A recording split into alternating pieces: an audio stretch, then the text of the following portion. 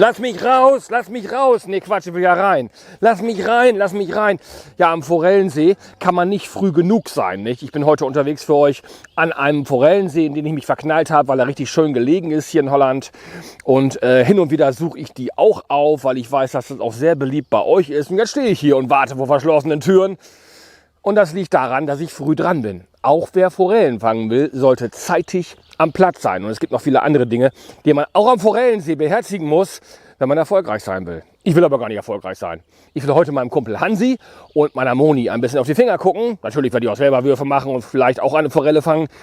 Aber ich möchte euch heute ein bisschen zeigen, dass ein Forellensee nicht nur eine tolle Ausweichmöglichkeit ist für Angler, die nicht so viele Gewässer vor der Tür haben, wie wir in Ostfriesland oder wie die Angler in Mecklenburg-Vorpommern, sondern dass der Forellensee auch viele andere Möglichkeiten bietet. Zum Beispiel auszuprobieren, Köder zu testen, Routen zu testen, Techniken zu testen, Drillen zu lernen, auch für Kinder eine super Möglichkeit. Also ein Forellensee hat viele Vorteile und ich zeige euch, was ich am Forellensee so alles gelernt habe. Wir wollen im heutigen aktiv fischen mit Kunstködern und uns nicht hinsetzen und abwarten, obwohl auch das immer eine Option ist, nicht? Aber wir wollen heute ein bisschen aktiver dabei sein.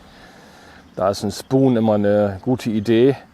Da kann man auch eine Menge lernen schon über die Führung eines Blinkers, auch eines Spinners, nicht? Wenn man in Naturgewässern unterwegs ist, nicht? Was nicht heißt, dass das hier kein Naturgewässer ist, nicht? Sondern es bedeutet einfach, dass man wirklich sich eine Menge abgucken kann. Wie kriegt man die meisten Bisse bei welcher Führung? Das kann auch beim Barschangeln, beim Hechtangeln von großem Vorteil sein, wenn man das ein bisschen lernt. Auch den Zeitpunkt des Anschlags und so kann man wunderbar machen, indem man so quasi den Forellensee als Lernplattform auffasst, nicht? Und ich fische auch ultra fein. Das ist wirklich mit einer Route von 1,2 Gramm Wurfgewicht und einer 0,06 mm starken Schnur. Und das bin ich gar nicht gewohnt, sowas, nicht? Aber auch da kann man sich selber mal so ein bisschen schulen, mal ein bisschen feiner zu fischen. Denn die feine Fischerei, die bringt oftmals mehr Fische ans Band als das grobschlächtige, nicht? Auch in Naturgewässern. Um aber bei dieser Bezeichnung zu bleiben. Ihr seht ja, als Naturgewässer kann man das hier auch fast bezeichnen, nicht? Das ist wunderbar natürlich. Und ich werde jetzt gleich mal wechseln auf einen meiner guten alten Spinner.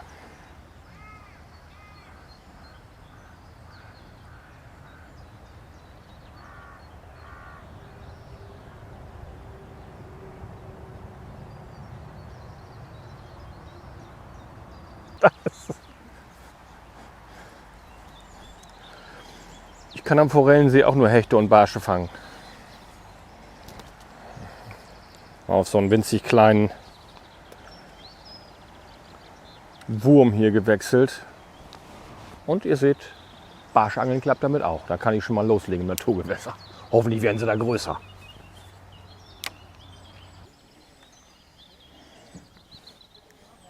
Barsch funktioniert jedenfalls.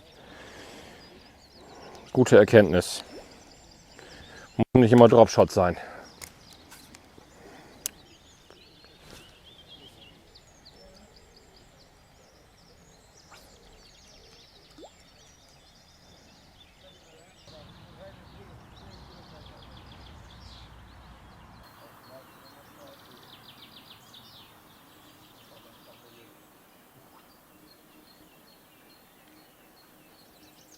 Der kommt genau bei dir daher.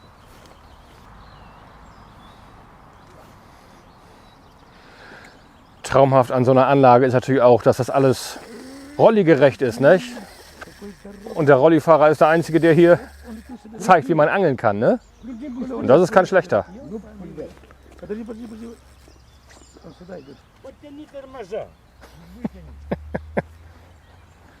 eine gute, wa?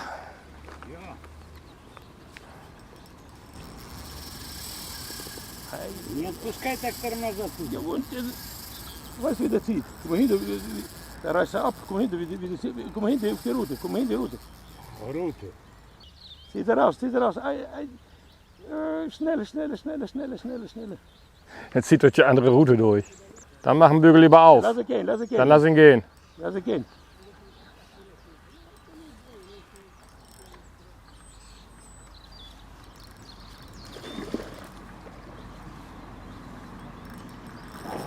Zieh nach. Das nicht Zweimal 10 nachher Kollege. Да он меньше, чем тот первый. Ja, aber es wird gereicht. Gerade habe ich meine Route repariert. Oh, das ist eine schöne. Das ist klein. Надо nicht bremsen. Super! Glückwunsch! Das ist nochmal ein Hammerfisch. Ja, er ist nicht klein. Wahnsinn. Ja. Bist du öfter hier? Nee. Nein, nicht arg oft, aber Nicht so oft. jetzt bin ich schon das dritte Mal da. Das vierte Mal. Du bist Vierter, ich bin Dritter. Schön. Viel Glück noch. Danke. Ja, dann, Das gibt's nicht, du. Dreht so wieder ab. Lumpensack. Kam die ganze Zeit hinterher, ne? Das auch noch. Da hat man endlich mal eine Forelle zum Nachschwimmen animiert. Da dreht sie kurz hinter meinem Köder ab. Wirft man also noch einen schönen Blick auf die Natur am Teich, auf die Vögelchen, auf die Libellen, auf die Maikäfer, die uns den ganzen Tag lang umschwirrten. Ja, ich weiß, blöde Ausrede, auch Hansi umschwirrte den Teich, aber auch er sah eher ein wenig ratlos aus. Wir hatten uns darauf verständigt, wir wollen ausschließlich mit Spinnruten und mit Kunstköder angeln. Ein kleiner Trost: Nach dem Anfangserfolg des Rollifahrers fingen auch die Teig- und Bienenmadenfischer, die ihre Naturköder schleppten an Posenmontagen, eine sehr erfolgreiche Montage an Forellenseen, nichts mehr. Was ich zum Beispiel am Forellensee gelernt habe, ist, den Köder sehr, sehr diszipliniert zu führen. Mit der Krabbelgruppe habe ich das ja auch schon mal gezeigt. Nicht? Ist nicht so, dass man da hinfährt und dann springen einem die Fische in den Kescher. Solche Tage gibt es hier zwar auch, aber zum Beispiel egal, wer hier jetzt am Fischen ist, wir sind jetzt in diesem See hier 2, 4, 6, 8, 10, 12 Angler. Kaum einer fängt mal irgendwas. Also man muss sich manchmal auch schon richtig reinhängen, um überhaupt irgendwas zu erreichen. Und was ich zum Beispiel auch am Forellensee gemacht habe, weil das in unserem Verein früher verboten war, das war Eisangeln. Da sind wir im Winter hingefahren und dann haben wir da durchs Eis auf die Forellen geangelt. Das hat einen Hammer Spaß gemacht. So kann man sich auch mal Angelmethoden erschließen, die im eigenen Verein nicht gestattet sind, möglicherweise. Nicht? Also es gibt viele Möglichkeiten, wo man sich auch am Forellensee anglerisch weiterbilden kann. Ne? Nur die ganze Weiterbildung hilft im Moment nichts. Wir hatten nur ein paar Nachläufer, aber das war es bisher auch.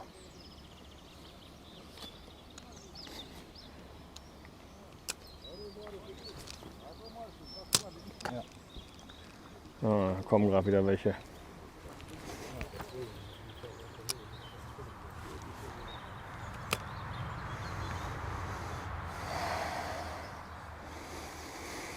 Das interessiert die gar nicht, wenn du das vor der Nase lang eierst. Oder interessiert es Sie vielleicht doch? Während ich ein geschäftliches Telefonat mit dem Chefredakteur für ein paar neue Filmprojekte führte, sah man plötzlich Hansi mit krummer Rute am Wasser stehen. Hatte er es endlich geschafft, dass eine Forelle aus seinem Kunstköder geknallt war? Es gab einen tollen Drill. Moni reichte ihm den Kescher. Ich telefonierte weiter. Aber ich nehme es vorweg. Die Forelle landete im Kescher und wir ließen sie uns auch schmecken. Aber sie war nicht korrekt gehakt. Irgendwie kann man das da nicht zählen. Kann passieren am Forellensee, dass man sie einfach irgendwie im Rücken hakt. So soll es natürlich eigentlich nicht sein. Darum blieb uns nichts anderes übrig. Dranbleiben. Oder nochmal angreifen. Denn so billig lassen wir uns denn dann doch nicht abspeisen. So schön und so schmackhaft der Fisch sich auch präsentierte. Aber er konnte sich noch so schön präsentieren, an den Fakten ändert das nichts. Wir fingen tatsächlich nichts mehr. Sieht man von einer weiteren Forelle ab, die Hansi querhakte. Daraufhin waren wir so frustriert, wir packten ein. Einige Wochen später reiste ich mit Moni erneut an. Jetzt wollte ich den Forellen aber wirklich an den Kragen gehen. Jetzt hilft nur eins. Schlauchboot fertig, Echolot fertig und los geht's. Wenn ich sie jetzt nicht finde, dann muss doch irgendwas mit mir nicht stimmen.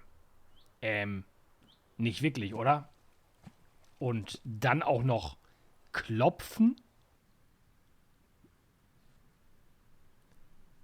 Was zum Geier ist aus dem sympathischen ostfriesischen Angelsportjournalisten geworden, der so einfach geangelt hat? Sitzt mit dem Schlauchboot im Forellensee und klopft auf Waller. Der Typ gehört doch eingewiesen.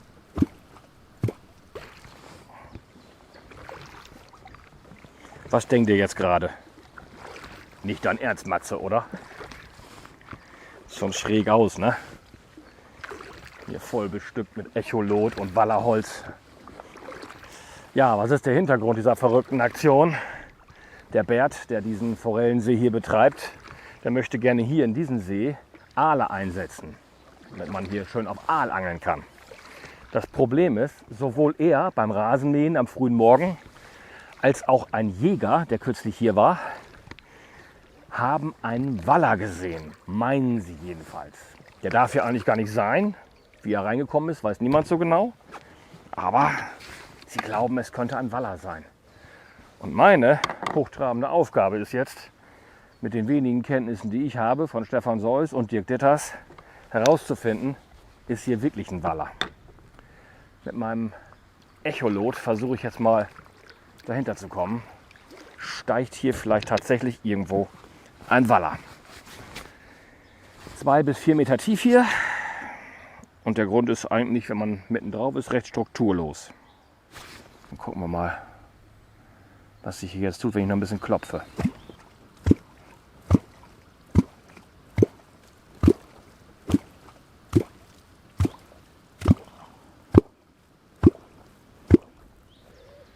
Da ist er wieder. Das ist eindeutig ein Waller. Sieht nicht wie ein Fischschwarm aus. Und einen größeren Fisch als den Waller gibt es hier nicht. Das ist ein Waller. Da ist der Lump. Und der kam kurz hoch. Da kann man schön sehen. Und schon landet ein Häkchen hinter Punkt 1. Waller vorhanden. Und ein Häkchen hinter Punkt 2. Der Waller bewegt sich auch. Leider gab es kein Häkchen für Punkt 3. Er kam nicht hoch genug gestiegen, um wirklich Interesse und Beißwilligkeit zu bekunden. Nee, dafür mache ich meine Wallermontage nicht fertig. Dann lieber noch eine Runde um den See. Und Augen auf und flexibel bleiben, wie ich zu sagen pflege. Moni war diejenige, die den Baumstamm auf der Sandbank entdeckte. Komischer Baumstamm, der so spitz zuläuft. Mhm. Ja, das ist ein Wels.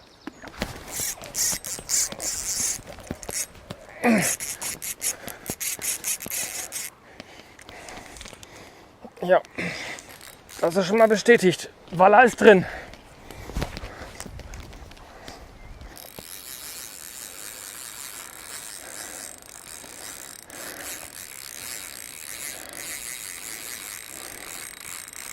Ich glaub das nicht.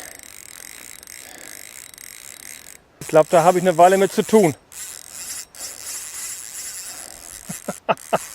Wenn er mir nicht aussteigt an der Hechtroute.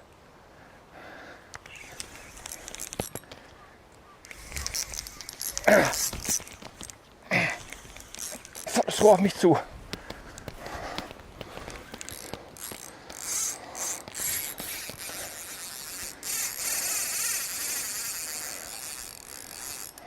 Suchst hier mit dem Echolot rum wie blöd und dann steht er da auf der Sandbank. Ja, hoffentlich habe ich den gut gehakt. Sah mir nicht so aus. Ah, schöner Fisch. Locker 1,30 Meter, 1,40 Meter. Würde ich mal so schätzen. Aber der ist noch lange nicht gar.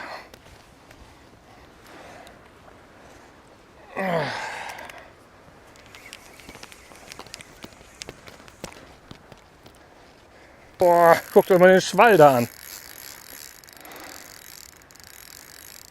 Oh shit, hoffentlich macht Margarete das mit. Der lässt sich da gar nicht von beeindrucken. Hechtrute auf Volllast und der guckt da gar nicht anders bei aus. Und weil ich damit rechnen muss, dass das länger dauert, darf ich auch nicht zu sehr rannehmen. Dann arbeitet der Jighaken zu stark. Ne? Ich habe nur einen Einzelhaken dran, kein Drilling mehr.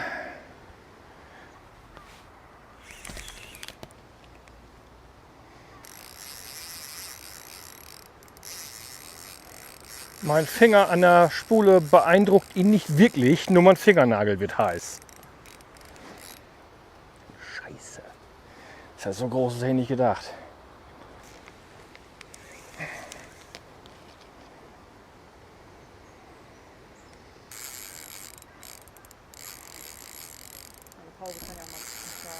Ja. Meter 50.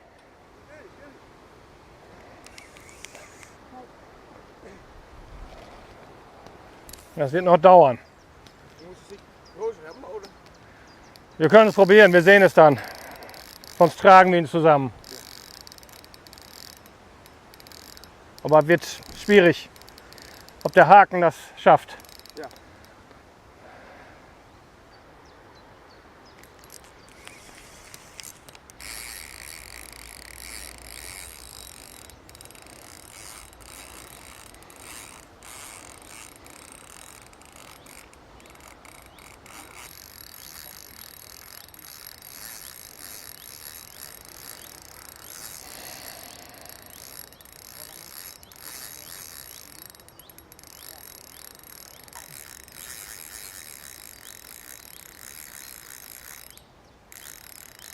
Nur wieder die Wellen.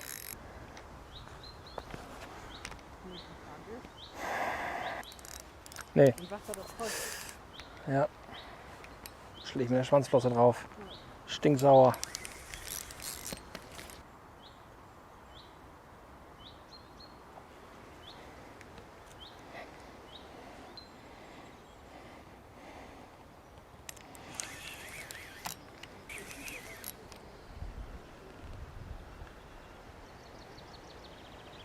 Da war ganz oben.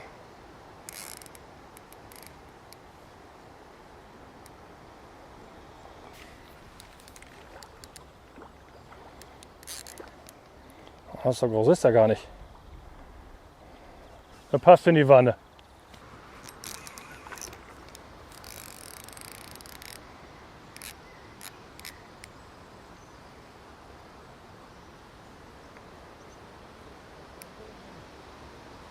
Oh, klein ist er auch nicht. Klein ist er nicht.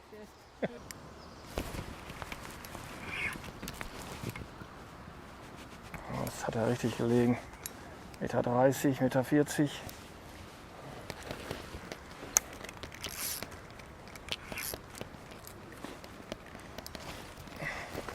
Ist er nicht richtig gehakt in der Flosse.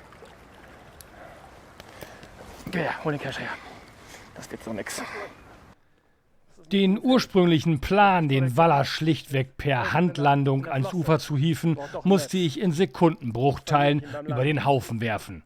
Die Logik ist einfach, wenn der Haken nicht korrekt im Maul sitzt und ich den Fisch genau vor mir habe, wie soll ich sein Maul aufkriegen, um reinzufassen? Das klappt nur dann, wenn der Haken auch wirklich im Maul sitzt. Also musste der Kescher dran glauben.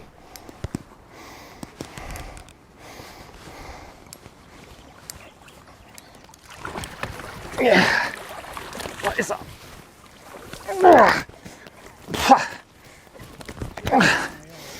Ja. Yes. Er hat nach dem Albino geschnappt, auch wenn er vorne in der Flosse gehakt war. Auf jeden Fall ein toller Fisch. Fantastische Färbung. Hm? 1 Meter. Habe ich gesagt, 1,52 Meter. 1,52 Meter. Ja. So, yes. Schöner Waller, toll marmoriert, tolle Farbe. Hä? Mission accomplished. Waller raus, alle können rein. Hammerfisch. Vor allem die Farbe ist genial. Kommen jetzt in die Wanne und dann setzen wir in einen anderen See. Dieser Teich hier, der soll wie gesagt mit Aalen besetzt werden. Und dafür muss er hier raus. Sonst füttern wir nur ihn. Geiles Tier, ne?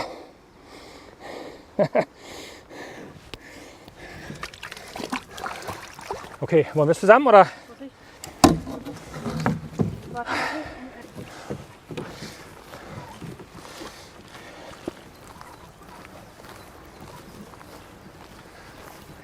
Siehst du, top.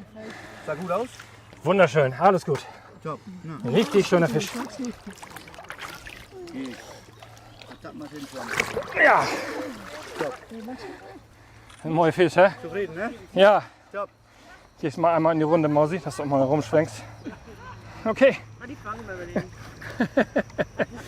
Okay, kann er rein? Ja, natürlich.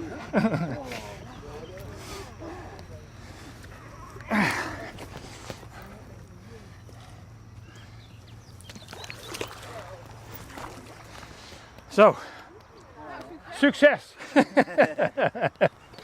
Ja, bedankt.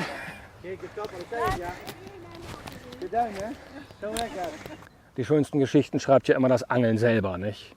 Wir haben jetzt da mit dem Echolot eindeutig Waller gefunden, aber die standen halt im Tiefen und haben auf das Klopfen überhaupt nicht reagiert. Dann braucht man auch in der Regel nicht versuchen, die zu beangeln. Ne? Trotzdem konnte ich es natürlich nicht lassen, während Moni hier so ein bisschen noch auf Forelle gefischt hat mit so kleinen Mini-Wobbler mit der Krabbelgruppe, bin ich dann in die Ecke gegangen, habe noch ein bisschen geworfen. Und da kam Moni irgendwann dazu und sagte da auf der Sandbank, guck mal, da ist ein großer Schatten. Ne? Kann auch ein Baumstamm sein. Und dann habe ich dann mal kurz dahinter den Gummi lang geführt, ne? Den Albino hier mit einem 7-0er Haken. Ne? Dann bewegte sich der Baumstamm und dann wussten wir, das ist ein Waller, der steht mit dem Kopf ins Ufer. Und dann darf man nie einen Fehler machen. Nie den Gummifisch direkt vor der Nase lang ziehen. Das verunsichert die Fische, weil das einfach völlig unnatürlich ist. Ja? Sondern ich habe ihn immer hinter seinem Schwanzbereich lang gezogen. Und das hat er irgendwann gespürt. Und irgendwann dreht er sich um und im Abtauchen ins Tiefe nimmt er den mit. Da habe ich so überhastet angeschlagen, dass ich ihn den wahrscheinlich wieder aus dem Maul rausgezogen habe. Und ich habe ihn dann hier so an der Flosse gehakt. Der war also nicht ganz korrekt gehakt. In der Profiliga hätte es gegolten, weil es im Kopfbereich war. Nicht? Und der Haken hat gut durchgehalten. Ihr seht, der ist jetzt völlig verbogen. Das kommt aber vom Lösen, weil er so tierisch fest saß. Da bin ich doch ganz froh. Und hier klebt noch so richtig schön der Wallerschleim am Stahlvorfach. Mission erfüllt. Wunderbar. Bert hat seinen großen Waller hier raus. Jetzt kann er hier Aale besetzen. Und da drüben im See, wo die Störe und die Waller schwimmen, da kann man sich jetzt über einen weiteren 1,52 Meter Waller freuen. Soll ich jetzt auch wieder Birger Domeyer? Nee, das mache ich nicht. Ich will nicht davon sterben, aber machen muss ich es auch nicht. Noch eine kleine Geschichte dazwischen. Ich wollte gerade den Albino aushaken und überlegte, ob ich den hier einhake. Ich nahm mir den so in die Hand und dann verhedderte sich die Öse des Gummis hier und hing in meiner Hauptschnur. Währenddessen tüdelte mein Gummi noch immer im Wasser rum und ich sah, wie der Waller sich bewegte und schließlich konnte ich ihn lösen. In dem Moment geht der Waller ab und knallt auch schon drauf. Das war alles eine Sache von Sekundenbruchteilen. Ne? Ich sag's ja, die geilsten Geschichten kann ich nicht schreiben. Die schreibt das Angeln selber. Mit dem Auto bis direkt ans Wasser fahren, das darf natürlich nur ich, ne? Weil ich halt rein beruflich hier bin und weil mein Schlauchboot ein bisschen schwer ist. Vorsichtig zurückfahren, damit der Rasen nicht kaputt geht.